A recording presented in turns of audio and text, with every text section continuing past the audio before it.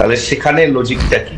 এটা প্রত্যেক বছর ভোটার যে সংশোধনী কাজ হয় তাতে ডেড ভোটার, শিফটেড ভোটার এগুলো বাদ যায়, এটা নতুন কোনো ঘটনা না।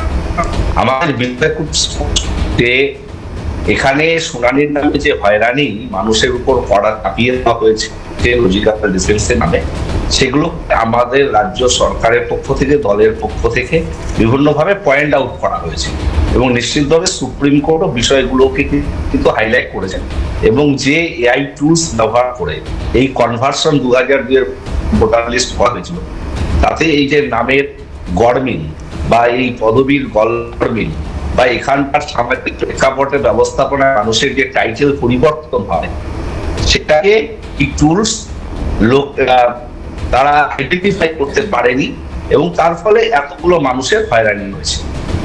এখন নিশ্চিতভাবে সুপ্রিমের কাছে নিশ্চিতভাবে এই পরিসংখ্যান নেই। পার্থদা, একটা বিষয় এখানে, একটা বিষয় আপনারা বলছেন নির্বাচন কমিশন কাজটা ঠিক করে করেনি, তাড়াহুড়ো করেছে ইত্যাদি। আবার ঠিক এই বিজেপির তরফ থেকে যে অভিযোগটা করা হচ্ছে যে তৃণমূল কংগ্রেস লোকই দেয়নি, তাই কাজ করতে সমস্যা হচ্ছে। সোজা কথা, বাংলার মানুষ কি বুঝবে? বাইরে থেকেও যেমন লোক, আমি বুঝি না, বিভিন্ন সময় প্যানেলিস্টরা বিভিন্ন ধরনের বক্তব্য বলে।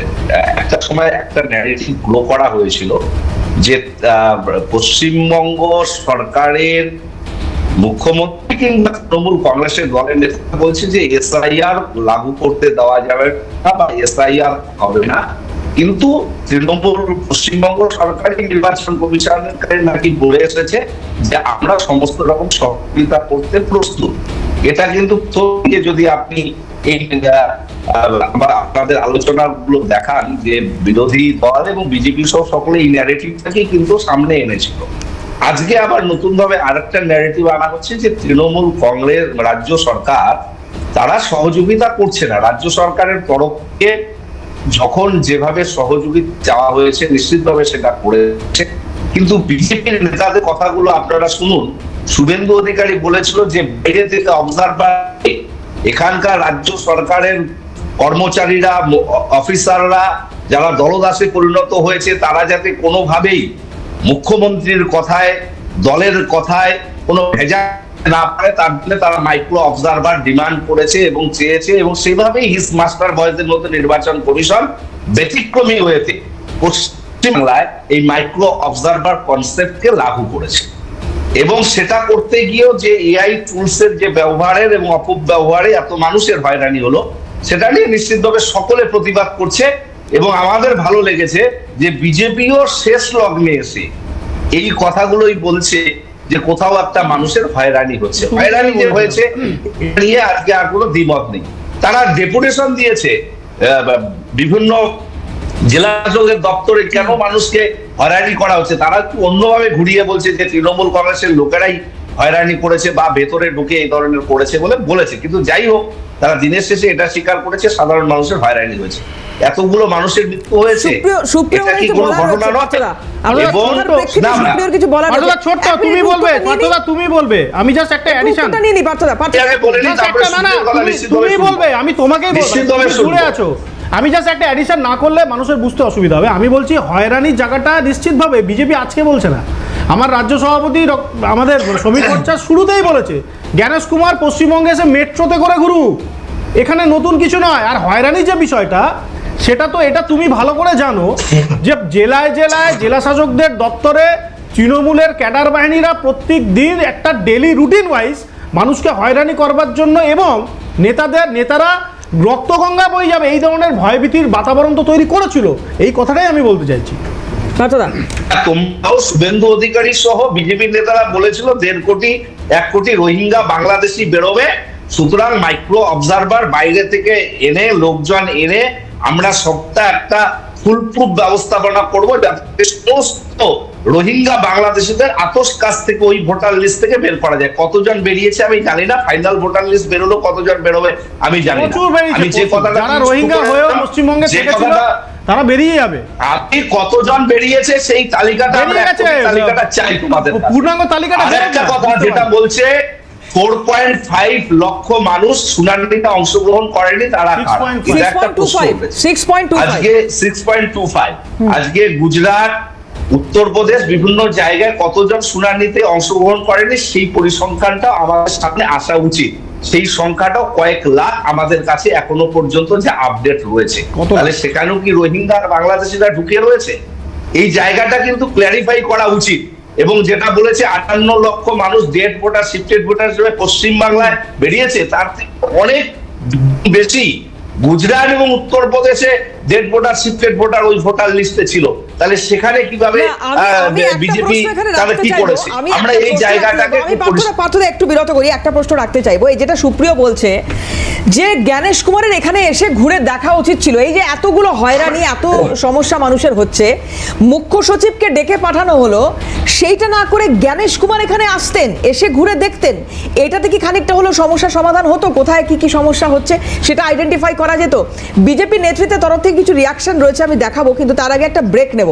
খুব দ্রুত বিরতির পর ফিরে এসে শঙ্কর ঘোষ মাননীয় বিধায়ক তিনি কি বলছেন শুনবো। এবং আমরা কথা বলেছিলাম সুকান্ত মজুমদারের সঙ্গে, কেন্দ্রীয় প্রতিমন্ত্রী, তিনি কি বলছেন, এই দুজনের প্রতিক্রিয়া আপনাদের দেখাবো, কিন্তু একটা ব্রেকের পর তারপরে আসবো বাকিদের কাছে। সঙ্গে থাকুন। যে সমস্ত আইএএস আইপিএস অফিসাররা রাজ্যের সরকার তার যে দল শাসক দল তৃণমূল কংগ্রেসের তোষামোদি করতে গিয়ে তারা রুল বুককে পাশে ফেলে দিয়ে মমতা ব্যানার্জি বা অভিষেক ব্যানার্জির কথায় তারা এই রাজ্য পরিচালনা করছেন, এই ধরনের অফিসাররা পশ্চিমবঙ্গের লজ্জা। সে আলাপন বন্দ্যোপাধ্যায় থেকে নৈন্দিনী চক্রবর্তী, একের পর এক অফিসার্সদের যে কোড অফ কন্ডাক্ট আছে তারা ভায়োলেশন করা সত্ত্বেও বারবার করে তারা কি করে পার পায়, এটা মানুষেরও প্রশ্ন। যারা ইলেকশন কমিশনের নির্দেশিকা পালন করতে অমান্য করেছেন তাদের বিরুদ্ধে কঠোরতম ব্যবস্থা নেওয়া হোক, এটা মনে হয় পশ্চিমবঙ্গের মানুষ দেখতে চায়। নির্বাচন কমিশনের অধিকার আছে রাজ্যের মুখ্য সচিবকে ডেকে পাঠানোর, সেই ক্ষমতা বলে নির্বাচন কমিশন ডেকে পাঠিয়েছে। নির্বাচন কমিশনের তো আলাদা করে কোনো মেশিনারি থাকে না বা কোনো কর্মচারী থাকে না। রাজ্য সরকার যেখানে যে রাজ্যে থাকে সেই রাজ্যের কর্মচারীদেরকে নির্বাচন কমিশন ব্যবহার করে। দুর্ভাগ্যের বিষয়, ভারতবর্ষের বিভিন্ন রাজ্যে এই মুহূর্তে এসআইআর হচ্ছে প্রায় 12টি জায়গায় পশ্চিমবঙ্গকে ধরে, কেন্দ্রশাসিত এবং রাজ্যগুলিতে। একমাত্র রাজ্য হচ্ছে পশ্চিমবঙ্গ যেখানে এসআইআর এ নির্বাচন কমিশনকে এতটা বাধার সম্মুখীন হতে হচ্ছে। আর কোথাও নির্বাচন কমিশনকে কিন্তু এতটা বাধার সম্মুখীন হতে হচ্ছে না। এটা অত্যন্ত দুর্ভাগ্যের এবং অত্যন্ত লজ্জারও বলে আমার মনে হয়। এবং নির্বাচন কমিশনের উচিত কড়া হাতে, এই যে এখানে প্রশাসনের পলিটিসাইজেশন হয়ে গেছে, রাজনৈতিকরণ হয়ে গেছে প্রশাসনের, দুর্মুষ করা উচিত কড়া হাতে।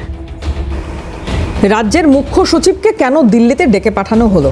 একটা খবর যেটা পাওয়া যাচ্ছে যে বারুইপুর পূর্ব এবং ময়নার ইআরও তাদের বিরুদ্ধে যে নির্দিষ্ট অভিযোগগুলো করা হয়েছিল, তো তাদেরকে সাসপেন্ড করার কথা জানানো হয়েছিল, কিন্তু কোনো পদক্ষেপ নেওয়া হয়নি। এবার সেই একটা অভিযোগ কমিশনের রয়েছে, কিন্তু এটা সুস্মিতাদি কিভাবে দেখছেন আপনি, যে একেবারে নজিরবিহীন ঘটনা বলা যায়?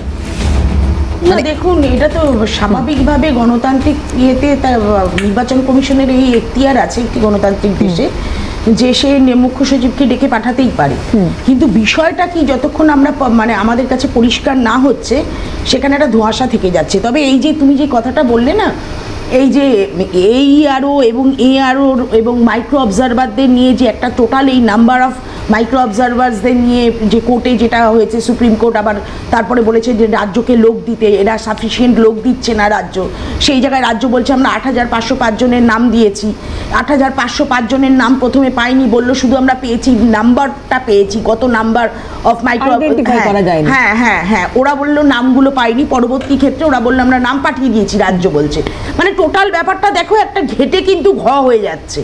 এবং তারপরে দেখা যাচ্ছে এখন তোমার কথা অনুযায়ী 6300 জনের নাম গেছে, সেই 6300 জনের মধ্যে অলরেডি 400 জন রিক্রুটেড অ্যাজ এইআরও কিংবা ইআরও হিসাবে। এবার সেই জায়গায় এবং এদের বেশিরভাগই গ্রুপ বি অফিসার নন, তার মানে আমার এসে দাঁড়ালো হলো 5900, এরা বেশিরভাগই গ্রুপ বি অফিসার না। তাহলে আজকে রাজ্য এবং কেন্দ্র এই যে একে অপরের উপরে দোষারোপ করে, মানে নির্বাচনের দিন ঘোষণা হতে দেরি হচ্ছে, নির্বাচনের দিন ঘোষণা হতে দেরি হওয়ার পরে তারপরে ইলেকশনটাও পিছিয়ে যাচ্ছে, টোটাল প্রসেসিংটা একটা লেন্দি প্রসেসিং হয়ে যাচ্ছে, এবং যার ফলে আজকে উচ্চ মাধ্যমিক পরীক্ষা যেই সার্টেন টাইমে হওয়া উচিত তার আগে হলো। তার কারণ যেহেতু ইলেকশন, এইটা ভেবে একটা টেন্টেটিভ টাইম ধরে নেওয়া হলো। স্টুডেন্টরা বলছে 3 মাস আগে বই পেয়েছে, তাদেরকে এখন পরীক্ষা নেওয়া হলো। এইটা অন্যায় না? এটা শিক্ষা ব্যবস্থার উপরে একটা বড় আঘাত আসছে না? সাধারণ মানুষ যারা এই শুনানির লাইনে গিয়ে দাঁড়াচ্ছে তাদের প্রত্যেকদিন একটা সময় গিয়ে তাদেরকে হাজির করতে বলছে, তারা টাইম পাচ্ছে তার ধরুন 5 ঘন্টা 6 ঘন্টা বাদে, সারাদিন লাইনে দাঁড়িয়ে থাকছে।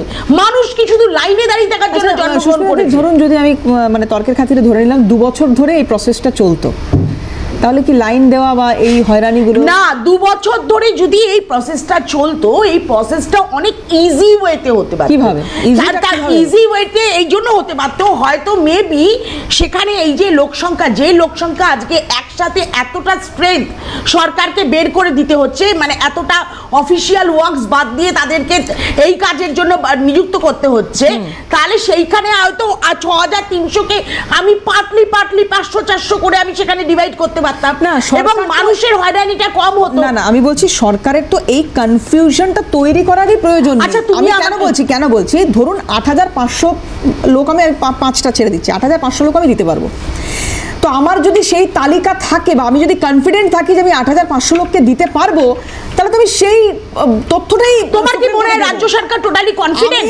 তার কারণ হচ্ছে এখানে রাজ্য সরকারের তো ব্যাপার আছে। এই কনফিউশন ক্রিয়েট করবে কেন? এই কনফিউশন ক্রিয়েট করবে যাতে তুমি আমার বিরোধী পক্ষের অ্যান্টি হও, তুমি আমাকে রোম তাওয়াতে রুটি শেখা। একটা মিনিট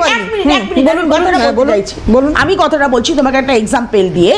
ধরো আজকে রাজ্য সরকার বলছে আমি 8500 জনের নাম দিয়েছি, হয়তো 8500 জন তার পেটেন্ট লোক নয়, যেই কর্মচারীরা তৃণমূল কংগ্রেসের ইউনিয়ন কর কিনা দেখতে হবে তাকে, তারা তাদের হয়ে সঠিক কাজটা করবে কিনা দেখতে হবে। সুপ্রিম কোর্টে রাজ্যের তরফ থেকে আইনজীবী দুম করে একটা কথা বলে দিয়েছে, কিছু না ভেবে না, এবং তারা আদৌ কতটা রেডি তার জন্য প্রিপেয়ার্ড সেখানেও কিন্তু ভাববার জায়গা রয়েছে। রাজ্যের ছিল না, এবং রাজ্যের ছিল না, সেই ইনফ্রাস্ট্রাকচার ছিল না। মুখ্যমন্ত্রী নিজে গিয়ে স্বয়ং দাঁড়িয়ে পড়েছেন, হঠাৎ করে একটা ইমপিচমেন্ট নিয়ে আসার কথা বলে দিলেন, যা খুশি ওনার যা মনে হচ্ছে তাই করছেন।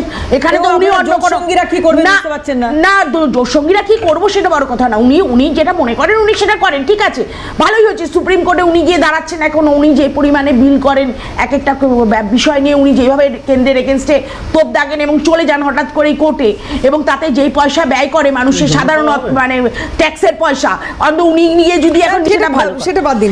আর একটা কথা, এই যে আমি বারে এর মুখে শুনতে পাচ্ছিলাম জ্ঞানেশ কুমার কেন আসছে না, হ্যাঁ জ্ঞানেশ কুমার কেন আসছে না সেই উত্তর তো ওনারা দিতে পারবেন। আর আমি দেখছি দাঁড়া এক সেকেন্ড আমি দেখছি পার্থদা বলছে শুভেন্দু অধিকারীর কথা, শুভেন্দু অধিকারী প্রধানমন্ত্রী মনমোহন জি ছিলেন আর সোনিয়া গান্ধী উত্তর দিতেন, শুভেন্দু অধিকারীকে এত বেশি গুরুত্ব দিচ্ছে যে বিরোধী দলনেতা গুরুত্ব দেবে না। শুভেন্দু অধিকারীর স্টেটমেন্টের উপরে সবকিছু নির্ভর করছে যেন মনে হয়। আরে বিরোধী দলনেতাকে তো গুরুত্ব দেবে, যদি বিরোধী দলনেতাকেই গুরুত্ব দিতে হয় তাহলে বিরোধী দলনেতা আগে থেকে বললো কি করে যে 1.5 কোটি নাম কেটে বাদ যাবে, তার কাছাকাছি নাম বাদ যাবে, 1 কোটির উপরে রোহিঙ্গা বাদ যাবে। আপনারা দেখাতে পারবেন কত বহিরাগত আছে, কত রোহিঙ্গা আছে দেখাতে পারবেন? আপনি যদি ঠিকমতো কাগজ না দেখাতে পারেন তাহলে আপনি রোহিঙ্গা, কাগজ আপনাকে দেখাতে হবে। আমি যদি দেখাতে না পারি কাগজ, আমিও রোহিঙ্গারা কোথা থেকে এসেছে আগে সেটা বলুন।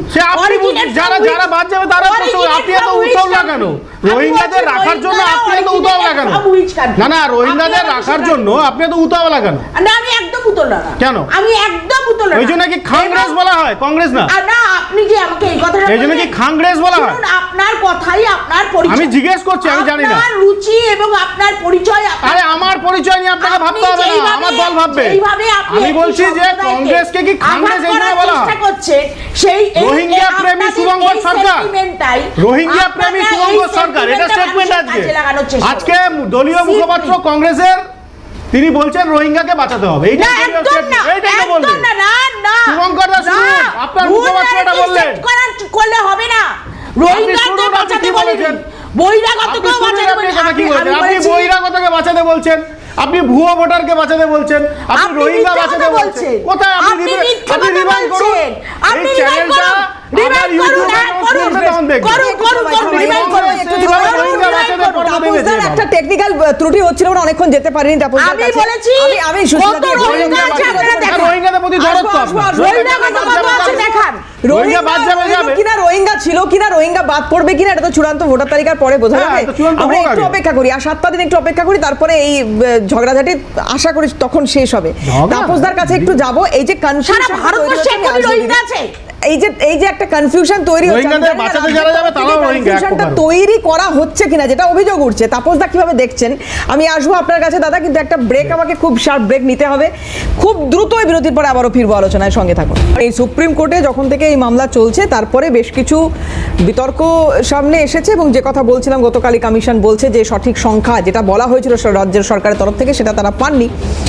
অধীর রঞ্জন চৌধুরী তার একটা প্রতিক্রিয়া রয়েছে, এই বিষয়ে কি বলছেন শোনাবো আপনাদের। পাশাপাশি ইআরওদের দ্বারা কি কোনো ফল্ট হতে পারে?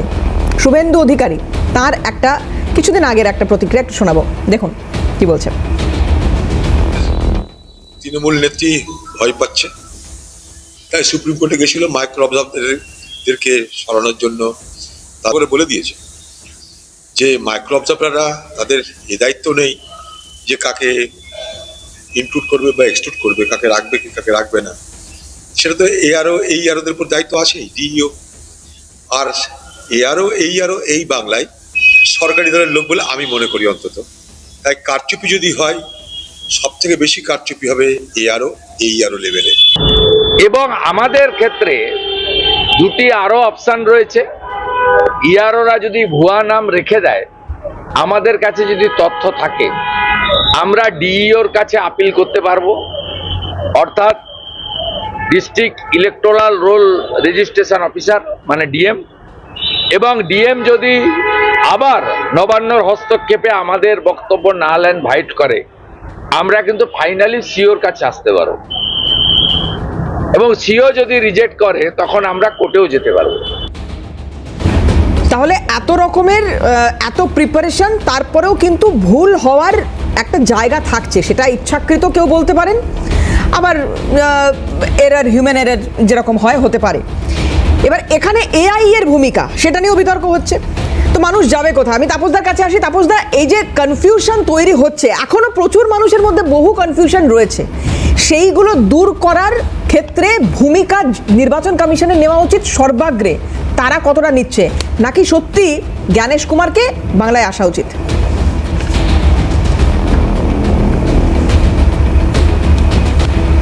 না, এটা ঠিকই দেখো যে ভোটার লিস্ট সংক্রান্ত চূড়ান্ত সিদ্ধান্ত এবং সেটাকে সফলভাবে রূপ দেওয়ার কাজটা এটা করতে হবে নির্বাচন কমিশন। এবং নির্বাচন কমিশন তো অনন্তকাল ধরে তৈরি হয়ে আসছে, ভোটার লিস্ট তৈরি হচ্ছে। সেই ভোটার লিস্ট তৈরির সময় রাজ্য সরকারকে সহযোগিতা করতে হয়।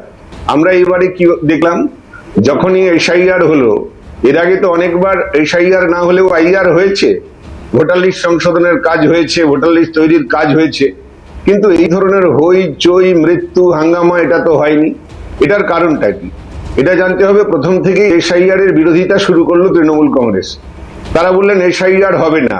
এটা এই চ্যানেলে অনেকবার দেখানো হয়েছে, মুখ্যমন্ত্রীর বক্তব্য, তিনি বলছেন এসআইআর করতে দেব না। শেষমেশ যখন দেখলেন সাংবিধানিকভাবে তিনি এটা বাধা দিতে পারেন না, তখন অসহযোগিতা শুরু করলেন। কারণ তৃণমূলের আতঙ্কের জায়গাটা হচ্ছে যে ব্যাপকভাবে গোটা পশ্চিমবাংলা জুড়ে ভুয়ো নাম ভোটার লিস্টে অন্তর্ভুক্ত আছে, এবং মৃত মানুষের লক্ষ লক্ষ মৃত মানুষের নাম আছে। আমরা সিপিআইএম এর পক্ষ থেকে প্রথম থেকেই বলছি যে একটা পরিচ্ছন্ন নির্ভুল ভোটার লিস্ট চাই, যেখানে কোনো মৃত ভোটার থাকবে না, যেখানে যারা বাইরে আছে বা পলাতক যারা, তাদের নাম থাকবে না। এই ধরনের একটা নির্ভুল ভোটার লিস্ট চাই। এবং এর সাথে তাল মিলিয়ে গোটা রাজ্যে এসআইআর প্রক্রিয়ায় আতঙ্ক তৈরি করলো তৃণমূল কংগ্রেস। কিভাবে হামলা হয়েছে বিভিন্ন বিডিও অফিসে, সেই ছবি টেলিভিশনের পর্দায় দেখানো হয়েছে, আমি তার পুনরাবৃত্তি করছি না। কিন্তু এ রাজ্যে বিরোধী দলনেতা শুরুতেই তিনি যে রোহিঙ্গা ইস্যু, এখানে বিজেপির প্রতিনিধি বললেন, আমি জানি না সারা পৃথিবীতে রোহিঙ্গা কত ওনার জানা আছে কিনা, এবং রোহিঙ্গা কাদের বলা হয়, কাদের বাদ দিতে হবে। আমরা একজনও রোহিঙ্গা থাক এটা চাই না। কিন্তু গোটা পৃথিবীতে 1,20,00,000 রোহিঙ্গা নেই। আমি যে কোনো তথ্য দেখে নেওয়ার জন্য বলবো, এখন তো তথ্য পাওয়ার অসুবিধে হয় না। সেই কিন্তু জায়গায় রোহিঙ্গা তো নাকি রোহিঙ্গা বলে বাংলাদেশে একটি ঢুকছে। নির্দিষ্ট সম্প্রদায়কে এরকম তো আক্রমণ শোনা করতে যাচ্ছে, গিয়ে যে আক্রমণটা তৈরি করা শুধু হলো, তৃণমূল সরকারকে দোষ দিলে হবে না, বাম আমল থেকে নাকি রোহিঙ্গা ঢুকছে, অনুপ্রবেশ চলছে। বাম আমলে এই ধরনের ভোটার লিস্ট তৈরিকে, একটা পরিচ্ছন্ন ভোটার লিস্ট তৈরিকে কেন্দ্র করে চিৎকার চেঁচামেচি হয়নি। সরকারের যে সহযোগিতার কাজটা ছিল, আজকে সুপ্রিম কোর্টে থাপ্পড় খেয়ে তবে 8,505 জন অফিসারকে দিতে হচ্ছে কাজের জন্য, ভোটারের কাজের জন্য সেখানে দিতে হচ্ছে। তার আগে তো নির্বাচন কমিশন চেয়েছিল, ফলে রাজ্য সরকারের সহযোগিতা এবং নির্বাচন কমিশনের অপদার্থতা তো আছে।